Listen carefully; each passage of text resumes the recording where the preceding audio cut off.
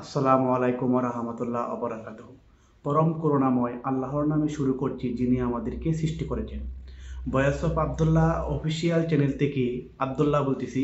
পৃথিবীর যেখান থেকে আমার চ্যানেলে যুক্ত হয়েছেন সবাইকে স্বাগত।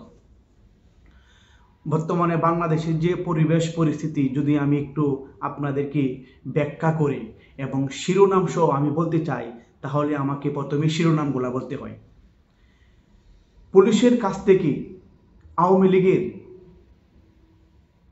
যে নেতা চিনিয়ে নিয়ে যায়, হাসনাত আবদুল্লাহ যে উক্তি, সেটি হচ্ছে যে আমাকে মাইরে ফেলেন। সার্জিস আলমের যে উক্তি, শেখ হাসিনা আসলে আমাদের কি হবে। নাঙ্গলকোটে বিএনপি 2 গ্রুপে যুবদল নেতা নিহত। পাসপোর্ট নিয়ে বাংলাদেশ থেকে আগত সৌদি আরবের যে মানুষ 6 মাস 8 মাস তারা এই পাসপোর্টের হয়রানির শিকার হচ্ছে, পাসপোর্ট পাচ্ছে না। এই বিগত 6 মাস যাবৎ অন্তর্বর্তী সরকার দেশের জন্য কি এমন করেছে,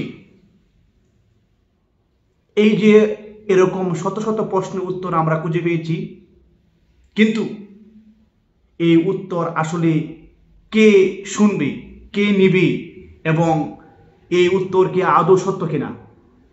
মানুষের মধ্যে যে প্রশ্নগুলো তৈরি হয়েছে, এই প্রশ্নের উত্তর অন্তর্বর্তী সরকার দিতে পারবে কি পারবে না, সেটার সন্ধানে আমরা আজ আসছি আপনাদের সামনে।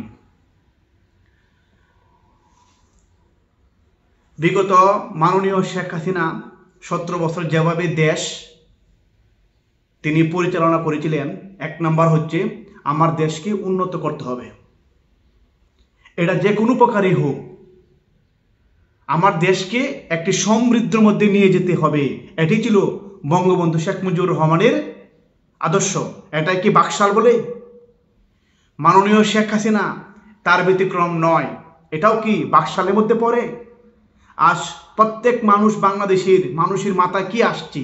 কোনো মানুষ একেবারে বলছে না যে শেখ হাসিনা দেশের জন্য ভালো করেছে। তাই আমি বাংলাদেশের যে প্রেক্ষাপট আজ বিশ্লেষণ করে বলতে চাই, এই মেটিকুলাস পদ্ধতি ব্যবহার করে যারা প্রথমে মেট্রো রেলকে ধ্বংস করা হয়েছে, দ্বিতীয় স্টেপে পুলিশকে হত্যা করা হয়েছে, তৃতীয় স্টেপে থানা স্টেশন জ্বালিয়ে দেওয়া হচ্ছে, মানুষের ঘরবাড়ি পুড়িয়ে দেওয়া হচ্ছিল, হিন্দু সমাজে থাকার যে ব্যবস্থা সেটি বিচ্ছিন্ন করা হয়েছে। একের পর এক বাংলাদেশে ইচ্ছা শক্তি হিসেবে আন্দোলন শুরু হচ্ছে প্রতিনিয়ত। এই আন্দোলন ঠেকানোর মতো অন্তর্বর্তী সরকার 1 নম্বরে ব্যর্থ হয়েছে। এই ব্যর্থতার কারণে তাদের এই দেশ পরিচালনা করার তাদের কোনো রাইট নেই। তাদের কোনো অস্তিত্ব ছিল না অতীত জীবনে এই দেশ পরিচালনা করার জন্য। দ্বিতীয়, তারা যেহেতু দেশ পরিচালনা করার জন্য মানুষের মব জাস্টিস শিকার হয়ে শেখ হাসিনা ভারতে আশ্রয় নিয়েছেন, এই মব জাস্টিস একটি আইন প্রক্রিয়া।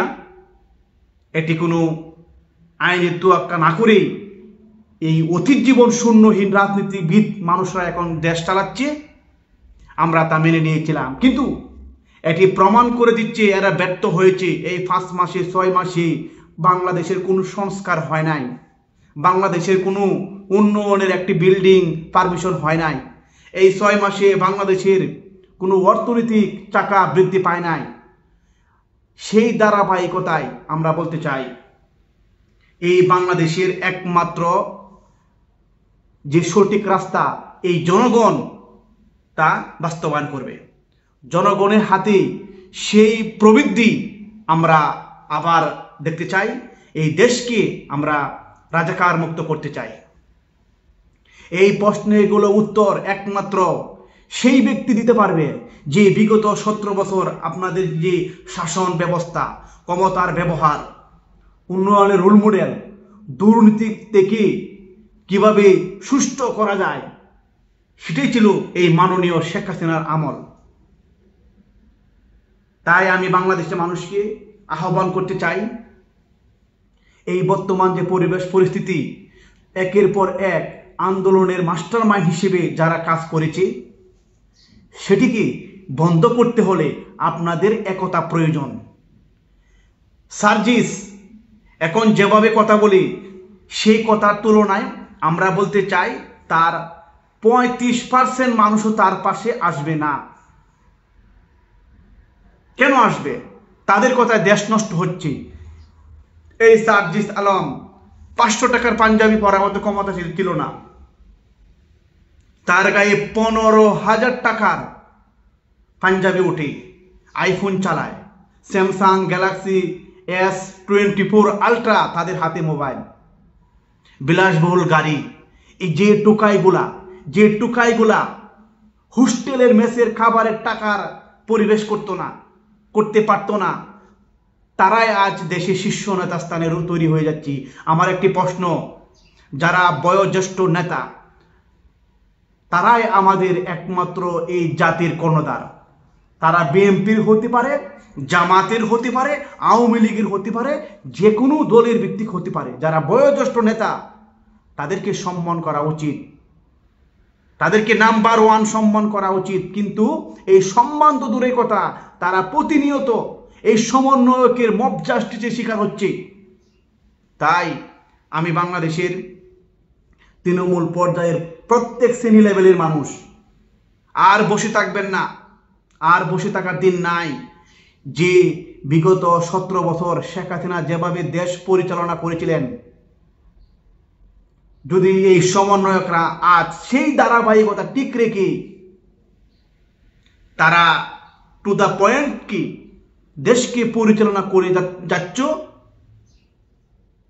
তাহলে তারা আজ দেশের একটি নিয়ম পরিবর্তন হতো। কিন্তু তারা বিগত 17 বছর শেখ হাসিনা যেভাবে দেশ পরিচালনা করেছেন, যে ফ্যাসিস্ট তিনি তৈরি করেছিলেন দেশের উন্নয়নের জন্য, দেশের অর্থনৈতিক টাকা সচল করার জন্য, দেশকে একটি রাষ্ট্রীয় মর্যাদা উন্নয়নের রুল মডেল তৈরি করার জন্য যে পরিবেশ তৈরি করেছিলেন, সেটিকে আজ বাংলাদেশের একদল শ্রেণী মানুষ বলছে শেখ হাসিনা ফ্যাসিস্ট। আর বাবা, ফ্যাসিস্ট কারা? যারা ক্ষমতা অপব্যবহার করে আজ বিগত 5 মাসে বাংলাদেশ যেভাবে ধ্বংস করা দিয়েছি, এই ধ্বংসের মাস্টারমাইন্ড কারা? ডক্টর ইউনূস মহাজন। এই ডক্টর ইউনূস সে পরিকল্পিতভাবে এই দেশকে ধ্বংস করে দিয়েছে।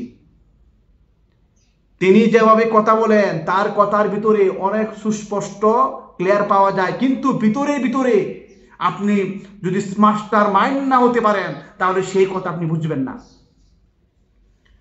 আমরা দেখেছিলাম যে অন্তর্বর্তীকালীন অবৈধ সরকার যখন গঠন করা হয়েছিল, সেখানে গ্লাস এবং পানির জগ রাখা হয়েছিল। আজ যদি আমরা সেখানে তাকাই, সেই টেবিলের দিকে তাকাই, তাহলে সেই টেবিলে আমরা দেখতে পাই